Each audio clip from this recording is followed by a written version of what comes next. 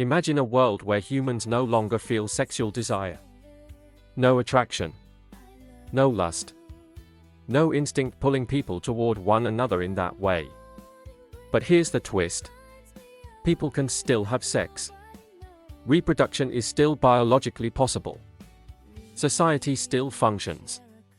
So what would actually happen? Hi, I'm Johnny Tang.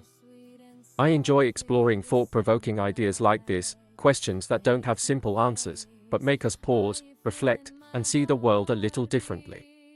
Let's keep the conversation going. Sexual desire is often compared to hunger, a basic human need. But that's not quite accurate. Hunger keeps you alive. Sexual desire keeps the species alive. And those are very different things. An individual human can live a full, healthy life without ever experiencing sexual desire. And in fact, many already do, whether through personal choice, biology, or identity. So removing sexual desire wouldn't make humans unable to survive.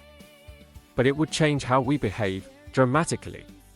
So, would people still have sex? The short answer is, yes, but much less. Right now, people have sex for many reasons. Desire and pleasure. Emotional bonding. Social expectations. And sometimes, reproduction. If desire disappears, one of the biggest drivers is gone. Sex would likely become something more deliberate. Less spontaneous. More like a decision than an impulse. Think of it less as passion, and more as planning. People might still choose to have children. But the act itself would feel more like a responsibility than a craving. Which brings us to the next question. Would humans stop reproducing? Probably not entirely, but birth rates would likely fall. A lot. We already see this happening today.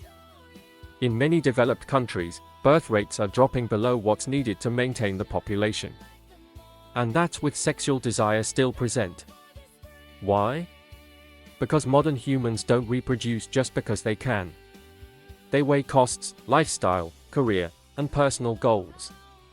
Now imagine removing desire from the equation. Reproduction would become a fully conscious choice, not something driven by instinct. The result? Fewer people choosing to have children.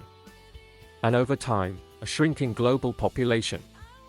Now let's explore one of the most important parts of this question. Would sexual crimes decrease? At first glance, it seems obvious.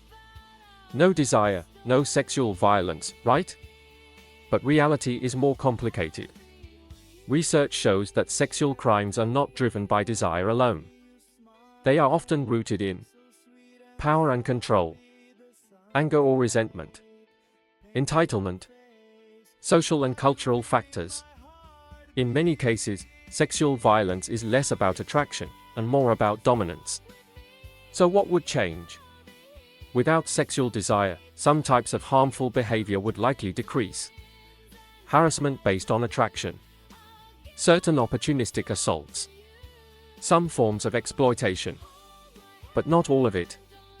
Because the underlying issues, power, control, aggression, don't disappear just because desire does. They might simply show up in different ways. So yes, sexual crime would likely go down. But it wouldn't vanish. What about the broader impact on society? Would the world become a better place? There are clear upsides. Less harassment. Fewer unwanted pregnancies. Possibly fewer emotionally driven conflicts related to relationships. But there are also trade-offs. Sex isn't just about reproduction. It plays a role in human connection. It contributes to intimacy, pair bonding, emotional closeness. Without desire, relationships might change. They could become more stable and rational.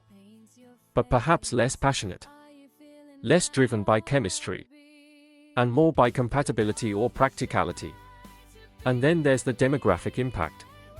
If fewer people have children, populations age.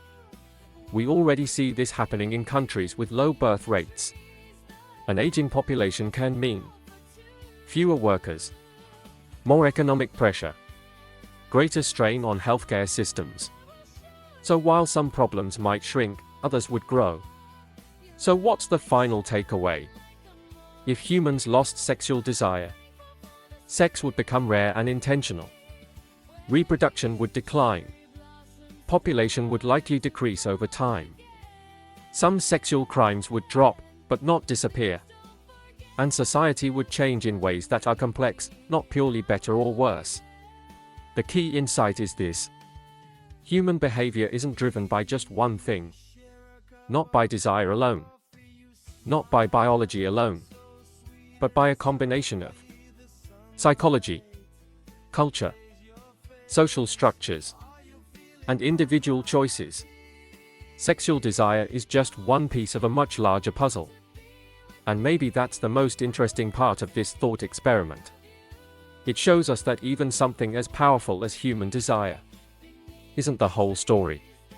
Because what really shapes our world is how all these forces interact together. So the question isn't just, what happens if we remove desire? It's, what actually drives human behavior in the first place? And the answer is far more complex than it first appears. If you found this interesting, consider subscribing to the channel. And I'd really like to hear your perspective, so leave a comment below and share this with your friends. Thanks for watching, see you next video.